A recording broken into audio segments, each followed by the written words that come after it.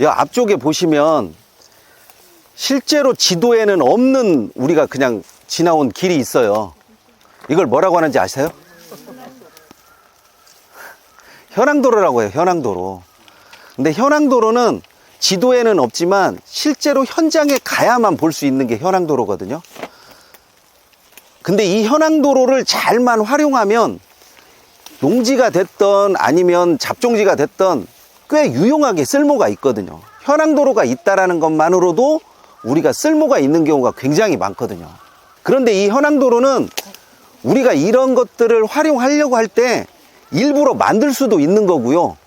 또 여건에 따라서는 이거를 없앨 수도 있어요. 그리고 이 현황도로를 꼭 누군가에게 허락을 받아야 되냐고 그렇게 말씀하시는 분도 있는데 저는 그렇게 보지는 않아요. 어찌됐건 현황도로는 내 필요에 의해서 만들고 없앨 수도 있기 때문에 이쪽을 진입하기 위해서는 저는 이쪽으로 바로 도로를 만들 수도 있겠지만 충분히 이쪽 현황도로를 활용해서 만드는 게 더 낫다고 봐요. 그래서 현황도로가 있다라고 해서 무조건 건축이 가능하냐 뭐 이렇게 말할 수는 없지만 활용성에 있어서는 현황도로가 있고 없고에 따라서 가격 차이가 굉장히 크게 납니다.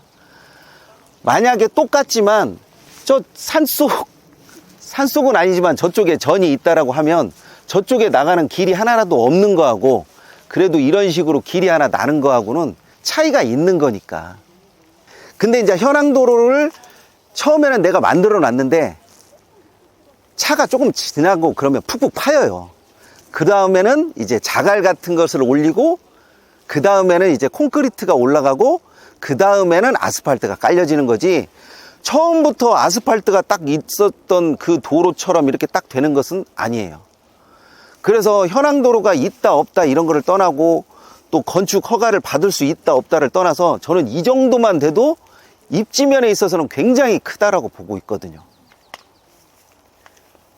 그래서 이런 현황도로로 당연히 건축 허가를 얻을 수가 있어요 없어요 이렇게 말하면 건축 허가를 받을 수는 없지만 그것이 단초가 돼서 건축 허가를 얻을 수는 있습니다.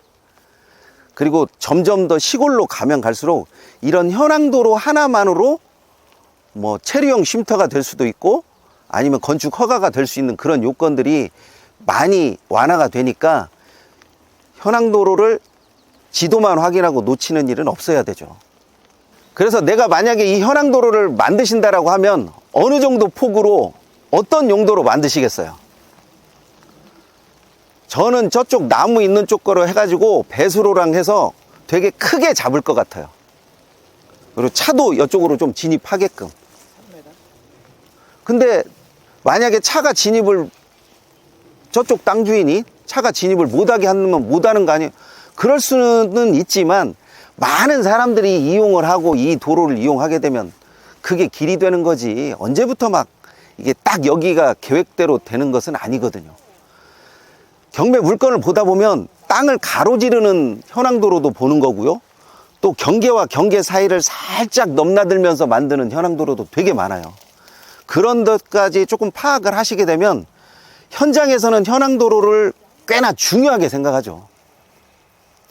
그리고 현황도로를 꼭 어떤 허가를 받아서 써야 된다 이렇게 생각하시기보다는 내가 편리와 이용에 따라서 현황도로를 좀 더 적절하게 활용하는 것을 저는 적극적으로 추천합니다.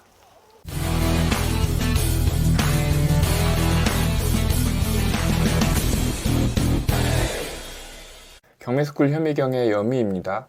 이번에 임장을 다녀온 이 물건에 대해서 조금 더 자세하게 설명을 해드리도록 하겠습니다. 사건 번호는 2024-65449 사건이고요. 소재지는 경기도 용인시 처인구 포고급 금어리입니다. 지목은 답이라고 되어 있는데요. 현황은 전으로 되어 있습니다. 토지 면적이 228평이고요. 감정평가 금액이 평으로 따지면 200만 원에 가까운 그런 땅입니다. 농지이기 때문에 당연히 농지취득 자격증명 제출이 필요하고요. 현장에 갔을 때는 나무가 심어져 있어서 조금만 손을 보면 농지로서 활용을 할 수 있기 때문에 농지증을 받는 데는 큰 문제가 없을 것 같습니다. 토지 이용 계획을 보면 용도 지역이 자연녹지 지역하고 제1종 일반 주거 지역이 섞여 있는 땅이고요.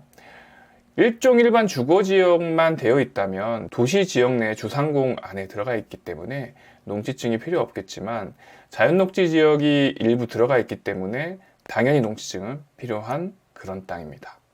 경매정보지에 나온 사진을 한번 보겠습니다. 사진이 초록초록한 걸 보니까 한 5월이나 6월 그 정도에 촬영한 것 같습니다. 저희가 임장을 간 거는 4월 중순 정도니까 이 정도로 풀이 많이 나진 않았고요. 5월만 돼도 이렇게 풀이 많이 나기 때문에 임장을 다니실 때는 풀이 많이 나지 않는, 너무 춥지 않은 2, 3, 4월에 임장을 가는 게 가장 좋습니다. 왜냐하면 땅 자체를 볼 수 있기 때문에 지금 이 시기에 임장을 많이 다니는 게 좋겠죠. 땅 안쪽에서 촬영한 사진이고요. 이 사진상으로 보면 저 동그라미 오른쪽에 보면 제초 매트가 깔려져 있거든요.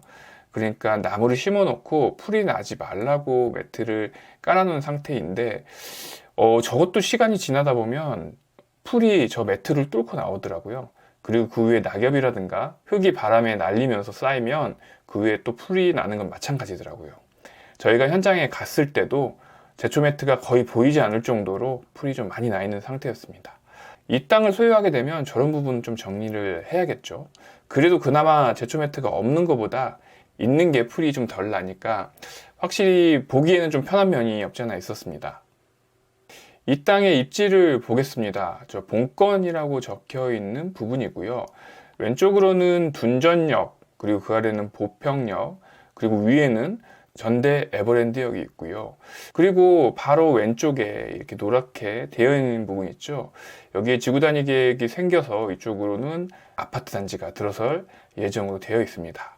그리고 또 점선으로 보면 용인 포곡국도가 예정되어 있는 곳으로 나와 있네요. 그리고 자세하게 보면 이 도로선 위에 이 땅이 위치한 것처럼 보입니다.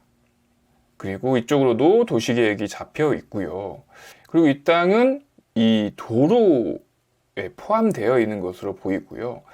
도로 표시는 이렇게 되어 있지만 옆에 이렇게 넓게 되어 있는 부분, 이 부분이 도시계획으로 잡혀 있는 것 같습니다. 조금 더 자세하게 나와 있네요. 이 땅 전체가 포함된 것은 아니고 거의 3분의 2 정도 포함된 것으로 보이고, 그리고 이 땅을 보면 표준지가 2개로 잡혀서 비교가 되어 있는데요. 아까 처음에 말씀드렸듯이 주거지역과 자연녹지지역 2개로 되어 있기 때문에 표준지를 2개로 선정을 해서 공시지가 기준법으로 감정을 했습니다. 그런데 제가 보기에는 이 표준지 설정하는 데에도 좀 문제가 있는 것 같습니다. 왜냐하면 자세히 보면 이 땅은 주거지역인데 맹지가 아닌 것처럼 보이거든요. 그런데 여기 지금 주거지역이 좀 포함되어 있다고 해서 이것과 비교를 한다는 것 자체가 조금 고평가되지 않았나 그런 느낌이 듭니다. 그리고 여기 자연녹지 지역은 완전 맹지이죠. 맹지이고 이 땅도 물론 맹지이긴 하지만 이 도로하고 접근성이 그래도 이쪽 땅이 좋거든요. 그렇게 따지면 이 땅과 비교를 해보면 시세의 차이가 있을 수도 있는 거죠. 자, 감정평가서에 나온 내용입니다. 자연녹지하고 일종 일반 주거지역이 섞여져 있는데 면적으로 보면 자연녹지 지역은 540제곱미터, 그리고 일종 일반 주거지역은 214제곱미터가 포함되어 있네요. 그래서 자연녹지 지역은 제곱미터당 49만 4천 원이고요. 주거지역은 70만 8천 원. 아주 많이 차이진 나진 않지만 그래도 약 1.5배 정도 차이가 난다고 보면 되겠습니다. 그래서 출구 전략에 따라서는 이 부분이 고평가됐다고 느낄 수도 있고요. 또는 저평가됐다고도 느낄 수 있기 때문에 입찰하려고 하는 분이 어떤 목적으로 입찰하느냐에 따라서 입찰가가 많이 좌지우지 될 것 같다라고 말씀을 드리고 싶습니다. 또 하나 보실 게 뭐냐면 여기 보면 자연녹지 지역하고 또 일반 주거지역으로 겹쳐져 있는데 이렇게 잘린 부분, 이 부분이 바로 도로구역입니다. 자, 보시죠. 토지용 계획 확인호를 보면 이런 식으로 빨간색으로 도로구역이 지정되어 있는 거죠. 그래서 앞선 영상에서 봤듯이 이렇게 지금 현황도로가 있는데 건축을 염두에 두신 분은 어떻게든 이 땅의 맹지 탈출을 해서 집을 짓는 쪽으로 계획을 할 수 있지만 만약에 이 도로구역이 계속해서 유지가 된다고 하면 이 안에는 건축을 할 수 없게 되는 거죠. 하더라도 이쪽 뒤쪽 부분에만 하는 상황이 발생할 수도 있습니다. 자, 이런 식입니다. 현황도로는 지금 이렇게 가로질러서 나와 있고요. 이 현황도로로 건축 허가가 나올 수도 있긴 있습니다. 왜냐하면 이쪽 뒤쪽으로도 크게 개발을 하면서 이 도로로 허가를 냈기 때문에 여기에서 연결되는 이 부분만 갖고 있다고 하더라도 건축 허가는 날 수 있지만, 만약에 이 도시계획이 실행이 된다고 하면 이 안에는 건축을 못하게 되는 거죠. 그러면 건축을 못하면 이 땅을 못 쓰게 되는 거 아니냐라고 볼 수 있지만, 반대로 건축을 못한다고 하면 이 땅이 나중에 보상이 될 수도 있거든요. 그럴 때는 이 자연녹지 지역으로 포함되어 있는 이 부분이 보상이 되고, 이 나머지 부분도 잔여지 보상이 이루어질 수 있죠. 그렇게 되면 이 부분은 또 감정을 통해서 주거지역으로 보상이 되기 때문에, 그런 것을 염두에 둔다고 하면 지금 감정평가 금액이 맞다고 볼 수 있고요.